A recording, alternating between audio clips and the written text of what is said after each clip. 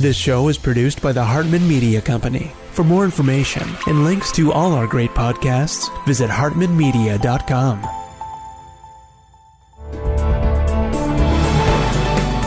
Welcome to the AIPIS show for accredited income property investment specialists and those who aspire to be.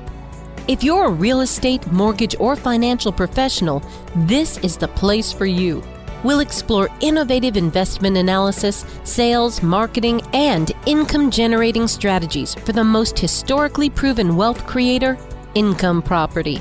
Learn from the experts as they show you how to build a better business and a better life. Hey, it's my pleasure to welcome one of our clients back to the show for a third time, and that is Adam Jackson. He was on about 3 years ago.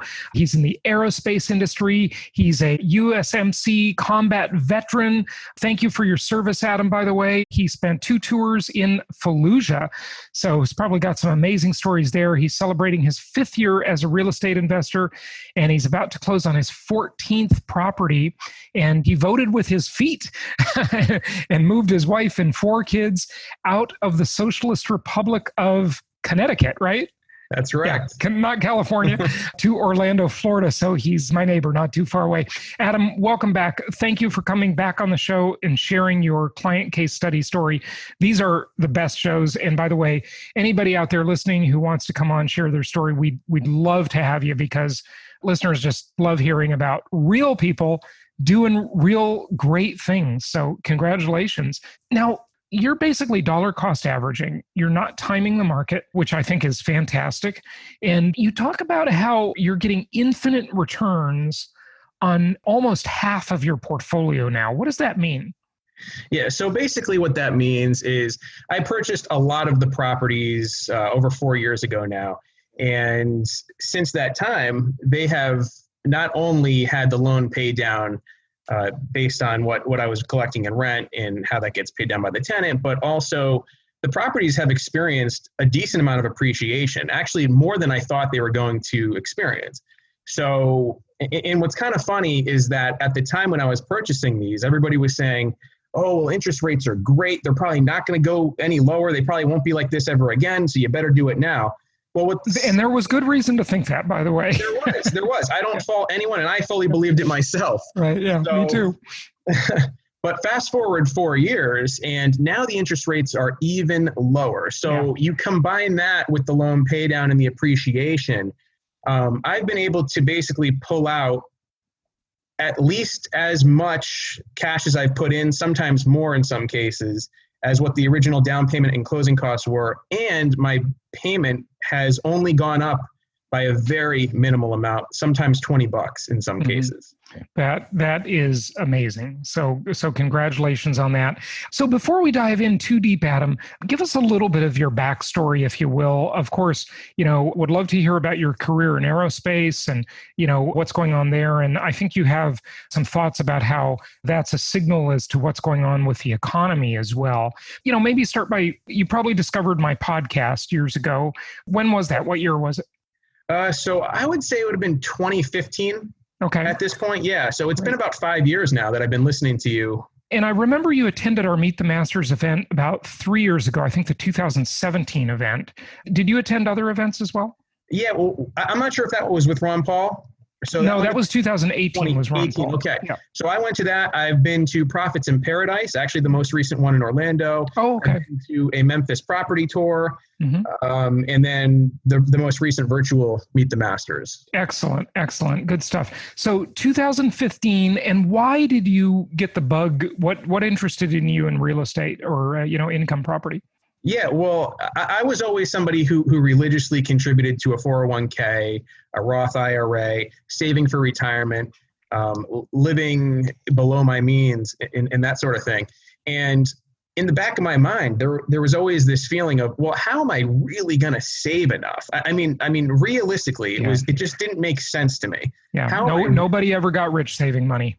Exactly. Yeah. And so I started to embark on this personal development phase and really kind of into this program. And I listened to all of the classic personal development mentors and things like that. But I ended up listening to a book called 7 years to seven figures. And I can't remember who wrote it.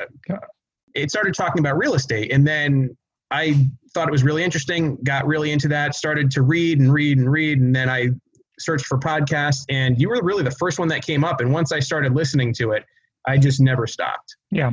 By the way, that book you mentioned, that's Michael Masterson. He's been on the show. That's a pen name. So that's not his real name, Michael Masterson. It's Mark Ford. Okay. And that's a great book. I also read that book. His book that I like even better is called, and I think you practice this in the military, by the way, the concept, and it sounds weird, of ready, fire, aim. That is a great book of Michael Masterson's also. Actually, I have read that one. That's a great one. Yeah, absolutely. Yeah, I like it.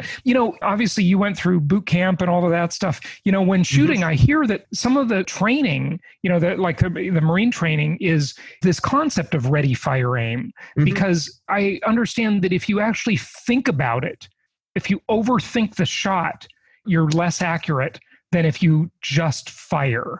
It sounds counterintuitive, and I don't know if you remember that from any of your training a long time ago, but I just thought I'd mention that because another military vet told me about that. No, I mean, that's absolutely true. Now, when you're sharpshooting or when you're on the target range, yes, like you will make small adjustments. You will take a shot, you'll see where it landed.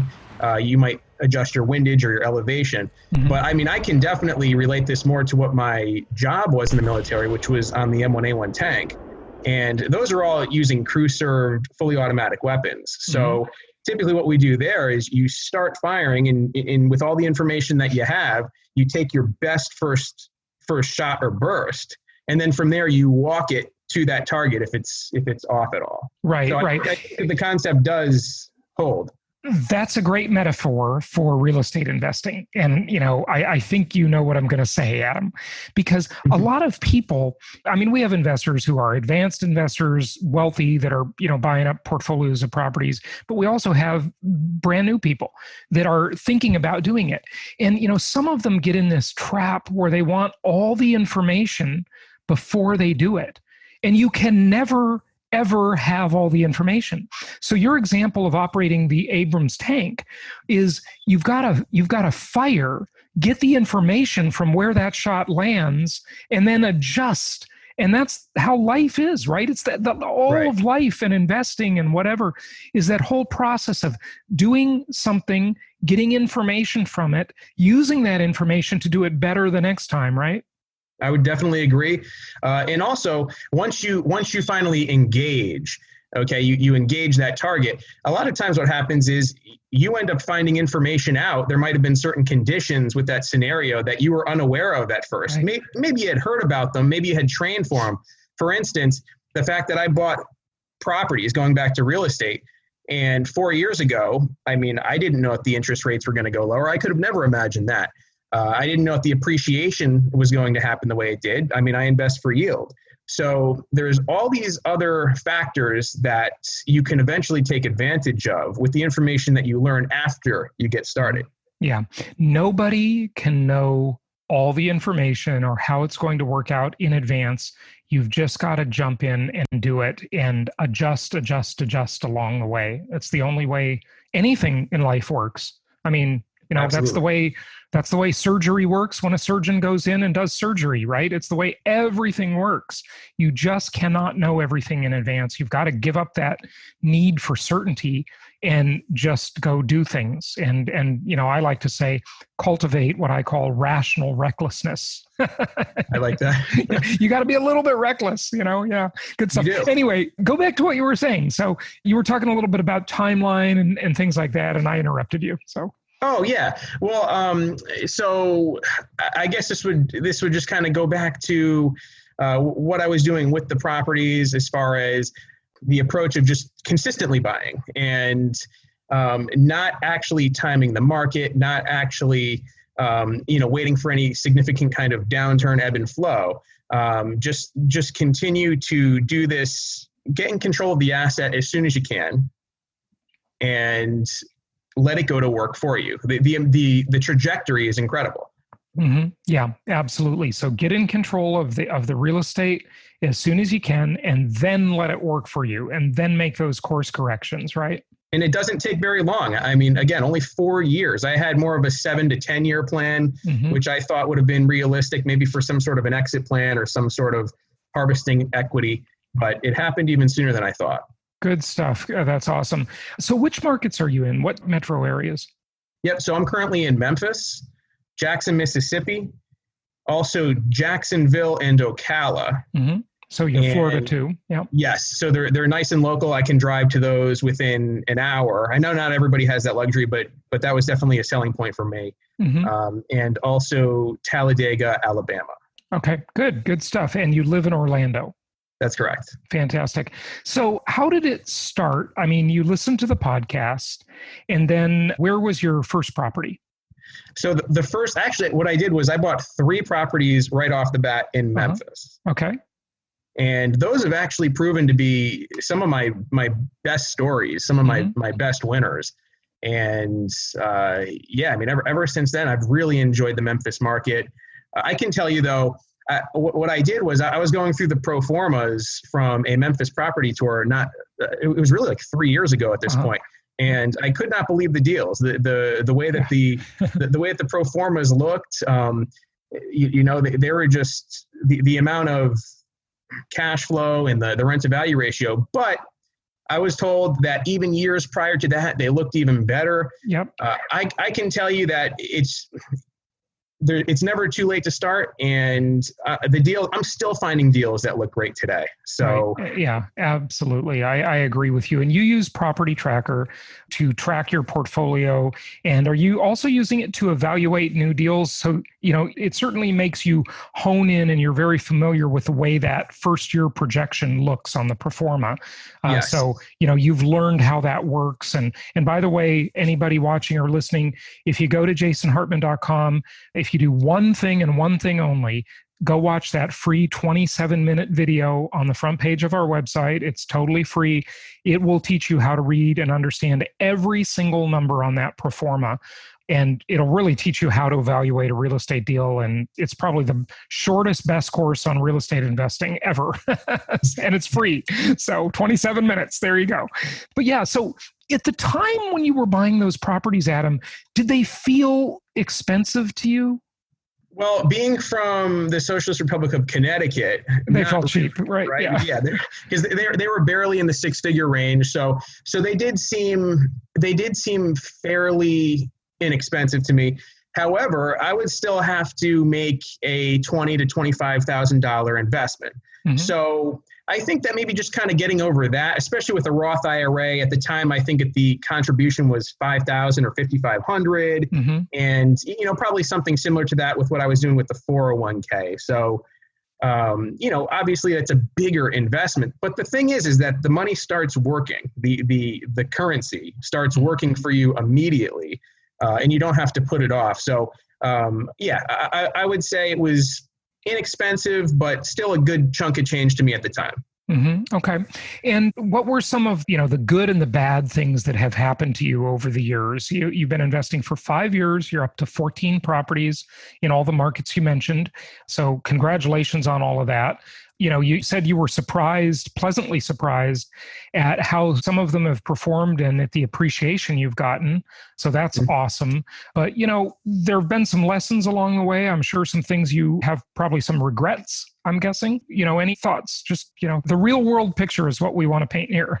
Yeah, sounds good. Well, I mean, I can tell you right off the bat, I have 0 regrets. Only because anything that happened that might have been to the negative was actually offset by the lesson, so I definitely learned an important lesson through those negatives. I can tell you that at the time when I was going through and harvesting all this equity to dump back into the other 3 properties that I'm acquiring just in the last few months, I can tell you that those properties performed very, very well in general. And I think a lot of that might have had to do with where I bought and what I bought. But I can tell you that the cash flow has been pretty solid for the most part. Now, I have had some issues. I think it's very important to stay on top of your management. I think that if you have some sort of a charge that you need more detail on, or maybe you just want a question for certain reasons. I think it's very important to stay on top of the management.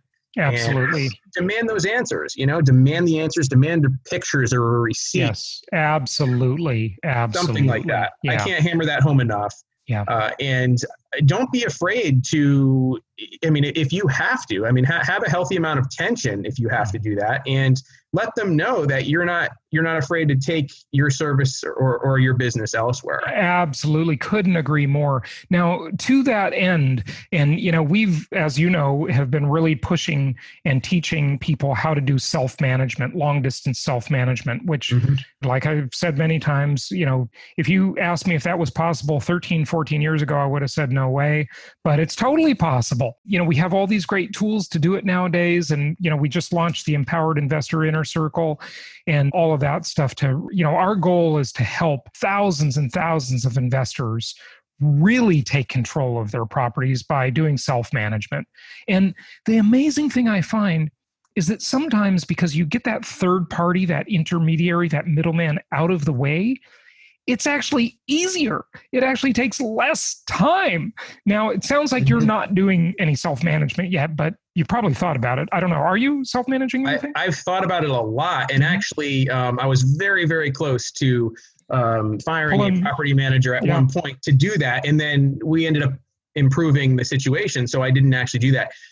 It has been on my radar, and that's partly why I bought in Florida, although I've had no issues there, of course. Yeah. So, but that's definitely something I'd be willing to entertain. I think it's a great thing to do. Yeah.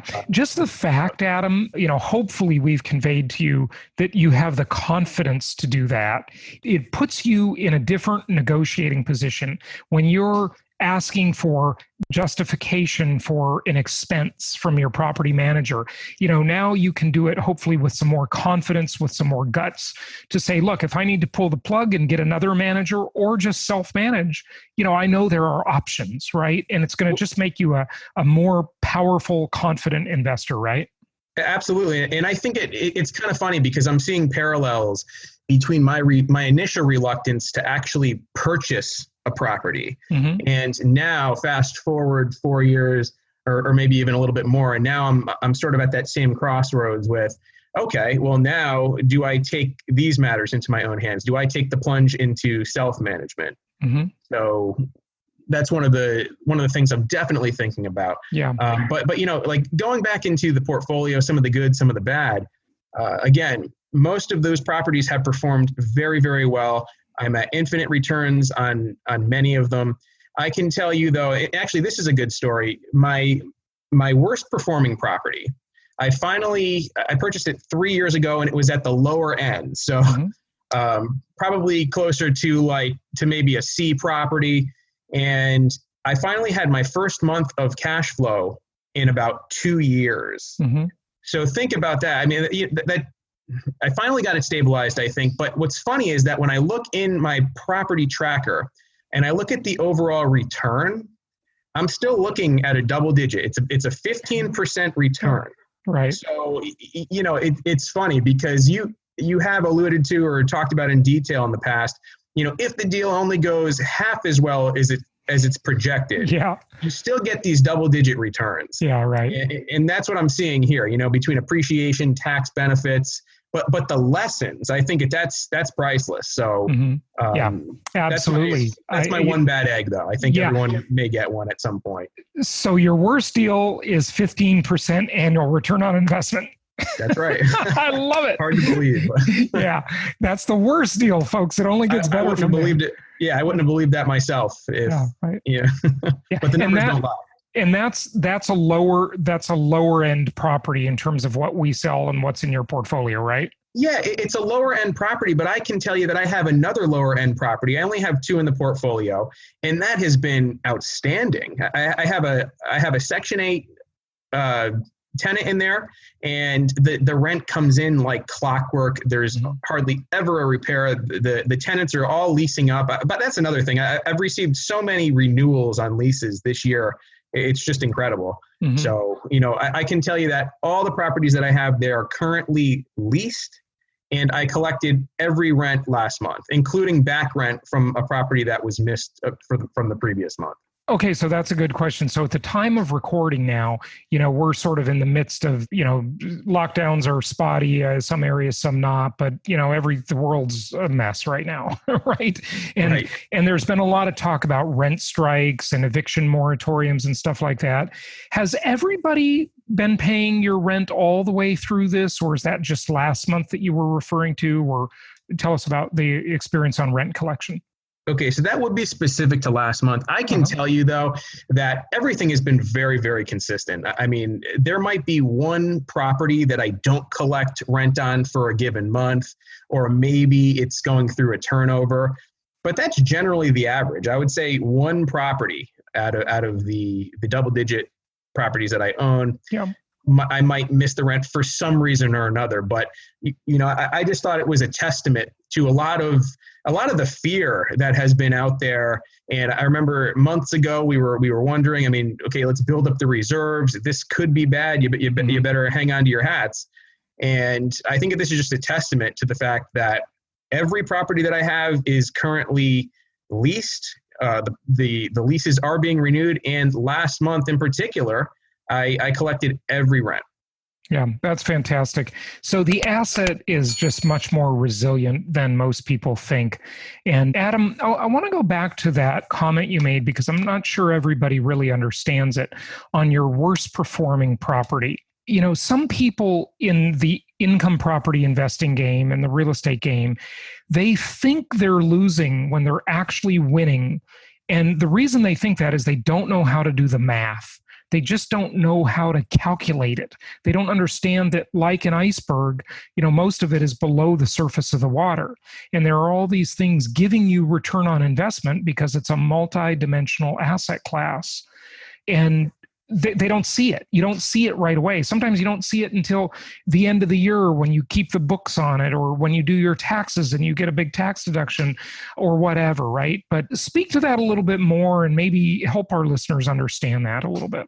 Yeah, well, I'm actually glad that you brought that up, just because recently I had spoken with another investor who purchased a property. They tried doing it for only 1 year and had a major repair. This was just somebody outside of the network, and they did it on their own.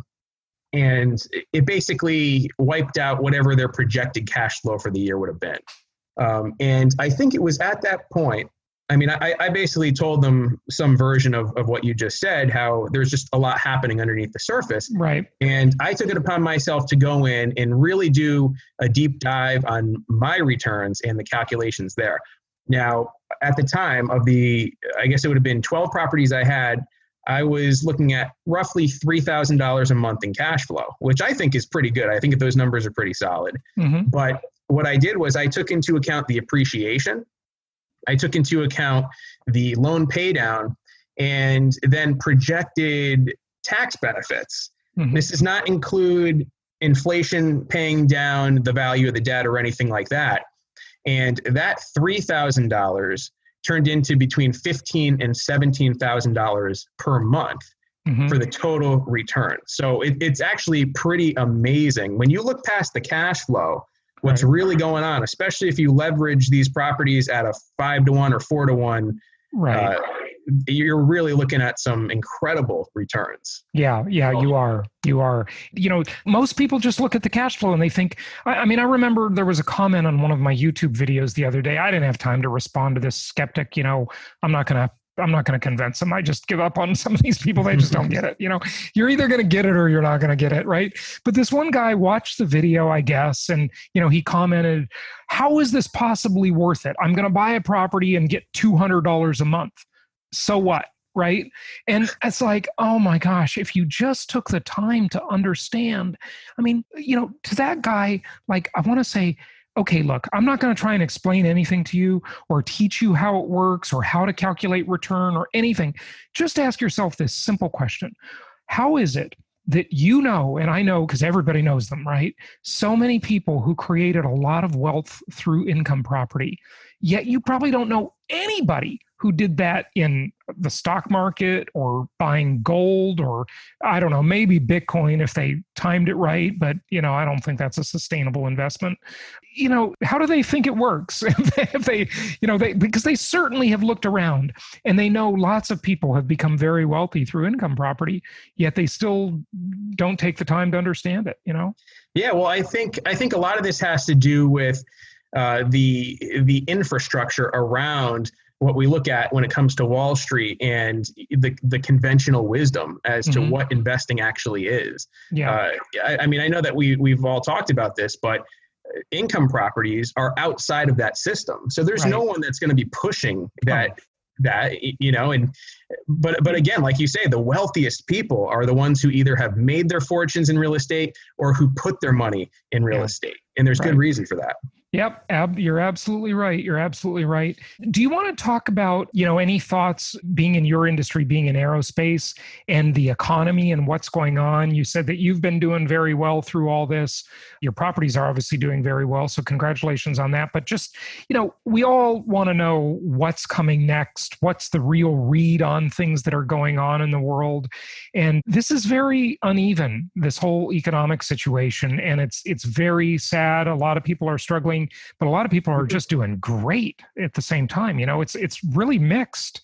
Mostly in a recession, it's like 80% of the people will be suffering, right? But this time, it's like 50-50, maybe even better than that in terms of most people are doing pretty well, 60-40 or something. But what are your thoughts? Yeah, it's actually very interesting to me. As somebody who works in the aerospace industry, there's a lot of technology and up and coming, programs, I guess, that are expanding upon these, and different militaries are working with one another. So, militaries are definitely going to continue to increase, especially with the way the political landscape is today.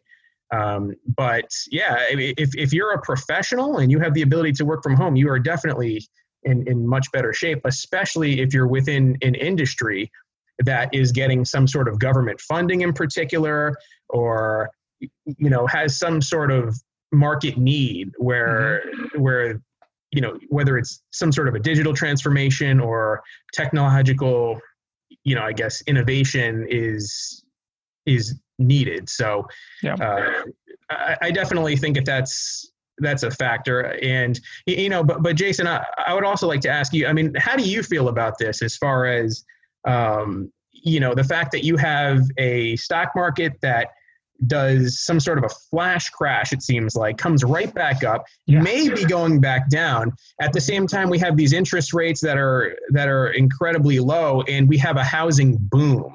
I think that there's a lot of sectors in the economy that are just detached. Yeah, they are. You're absolutely right. The stock market is just fake. It's smoke and mirrors. It's just a totally fake thing. They've obviously propped it up with all the money creation. I think we're up to about $5 trillion now. This is absolutely unrecognizable in history, what's going on. There's just no comparison. But like I've said, and you've heard me say, I don't think the chickens are coming home to roost anytime soon in terms of the ability for the U.S. to create fiat money. It's like interesting because I was listening to Peter Schiff yesterday on George Gammon's show, and Peter's been on my show before. I got to get him back on. But, he's so interesting to listen to, but he's so wrong. He's just always wrong in the sense, I don't know. It's kind of like divided. He's not always wrong completely, but so he's talking about, again, that I've heard him talk about for the last 15 years, about how the dollar's over, the dollar's going to crash, the U.S. is going to lose reserve currency status. And I'm thinking to him, I want to say, well, obviously compared to what, right? These people love to say the U.S. is in such bad shape, but compared to what? Who's going to take over the reserve currency status if not the U.S.? Who is in better shape than we are? Right. And exactly. there's just There's nobody. I mean, it's definitely not China. China is a disaster and a half, and it's going to only get worse. I mean, yes, they've had a miracle for a few decades. If, we have this continuation of moving jobs back onshore, I mean, China is going to suffer from that. No question about it. And China is, running a fake economy in a huge way. They're manipulating their currency like crazy. They've got 10 more years until they have a giant demographic cliff, as Harry Dent talks about. That's actually the title of one of his books. And, China is not the thing. And now, after coronavirus, nobody trusts China. Okay, their trust level on the world stage has just been massively diminished. I was there last year and it was really enlightening. I loved it. I would totally love to go back, but with what they've done in Hong Kong, clamping down on protesters and so forth, China is not going to be the thing. It's certainly not going to be, let's go down to number 3, Japan. Are you kidding me? I mean, giant demographic cliff. Also, country literally will not exist in 70 to 100 years. There won't be any people. You can't have a country without people. They're not having any children. They have no immigration to speak of. So, that country will just evaporate. It'll just go away. So it's not going to be China. It's not going to be Japan with 230% debt to GDP ratio in Japan. Is it going to be the Eurozone? I mean, Europe is a disaster. What is it going to be? Germany? I mean, is it going to be the UK? No way. There's nobody to take the place of the US. It's absurd. These arguments. Have good reason to be bullish on the US and even more bullish on US real estate. I just think it has a great runway, and especially with all this money printing, I think that we're going to benefit as real estate investors. Yeah, you're certainly right. And by the way, I just want to make the disclaimer. I am by no means suggesting that the U.S. is perfect or anything. It's a disaster. It's just comparatively, compared to what is the big question. And comparatively, it's in much better shape than any other major country. Okay, there's just no comparison. So that's that. But, what do you think about the demographics of the market in terms of home buyers out there pushing prices of the properties you own and I own up, right? Because there's a lot of buyers, but also renters. I mean, now we don't have to just talk about millennials anymore. We can talk about Generation Z. They're starting to come up into their own. And these are huge demographic cohorts. I mean, the population is giant. I remember one time it was gross when I was maybe in junior high school. In one of our classes, maybe it was like biology class, they had a big snake, and they fed it a mouse. And, I watched the whole thing. And it's interesting is you watch that long snake and then that big lump of the mouse going through the snake's body. It's just gross. I'm sure people have seen this. If not, look up a video and you can see it happening. But that's how the demographics are in the U.S. We've got these giant lumps of demographics, 80 million millennials, okay? And they're moving into their spending years, and they're going to move into a giant wealth transfer era where that wealth is going to be transferred from their parents as they pass away. So, wow. It makes me wonder, well, is there really any stop to this? I mean, are the prices in certain areas, of course, going to keep improving? Because based on everything you just said, there's a good likelihood that happens. Yeah. Now, I think it's also important to make a distinction between which of those markets are going to benefit most. And I think we know what most of those are. Yep. But I can tell you an example. I have a brother who lives in Brooklyn, and he was just recently looking for a new lease. So he moved. Yeah. And what's incredible is the downward pressure you're all seeing on rents in that area. All of our clients who live in New York City or the surrounding areas like Brooklyn, they say that there are just moving trucks everywhere. They're just people are just fleeing the city. And if not, like your brother stayed in and, he probably got a huge upgrade for a lower price. Like literally people are moving from 1-bedroom units in New York to 3-bedroom units for the same price. It's amazing what's happened. How, I mean, these cities, and I don't want to just say New York, but San Francisco, LA, they are all in collapse mode right now. Yeah, go ahead with what you're saying though. Oh yeah, well, I think in his case, he ended up getting another bedroom, and I think the overall rent dropped by about 10%. So, wow. Just kind of give you an idea there. But yeah, it's pretty interesting though what's happening also in the tri-state area. So when talking about New York, Connecticut, and New Jersey, I've actually seen a good amount of price appreciation in areas of Connecticut and things like that. But that's because people are leaving the city. So, relatively speaking, that's an improvement for them. You've got the moneyed people in New York City who have left, and they've gone to, Westchester County, Connecticut, the Hamptons, and they're definitely pushing prices up there as their money floods out of the high density areas. But again, those properties wouldn't make sense as investment anyway, because they're just too expensive to ever get a decent rent to value ratio. So what we're looking for is the middle and lower middle class tenant. There's a flood of money going into these cities and these type of properties that make good sense as rental properties. And our investors like you, like me, and, hopefully everybody watching and listening are really profiting from that, aren't they? Oh yeah, I would say so. And again, none of us, I feel like we wouldn't have been able to predict this. We were sort of in a mode just in recent months where it was, okay, well, let's hunker down, let's get our reserves in place, and let's see what happens.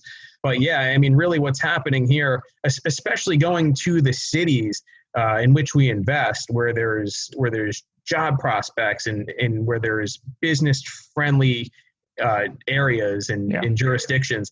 I mean, again, we're all going to be set up very, very well if we continue to purchase there and dollar cost average there. I completely agree with you. I know you use Property Tracker, and that's great that you're using the software. Are there any other apps or tools or, resources you're using that you want to share with investors? I mean, at this point, really, I pretty much just use the Property Tracker. It's really all I need. I mean, I use things like Zillow and Trulia and things like that just to kind of get an idea. But for the most part, that's really kind of what I'm using.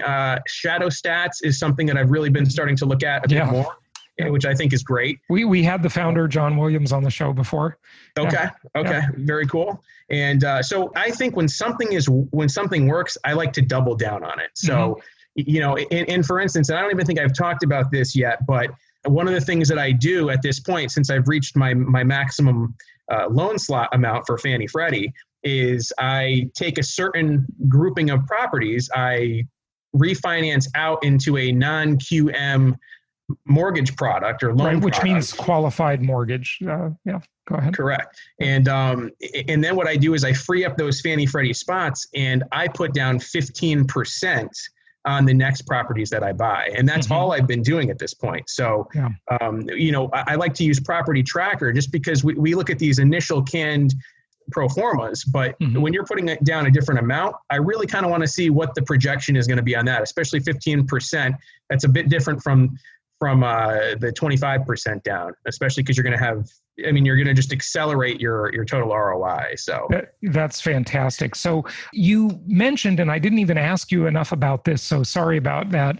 We got to talking about other things, but the infinite returns on almost half of your portfolio, you say you're getting infinite returns. What does that mean? I mean, I know what you mean, but I don't know if people listening know what you mean. So tell us more.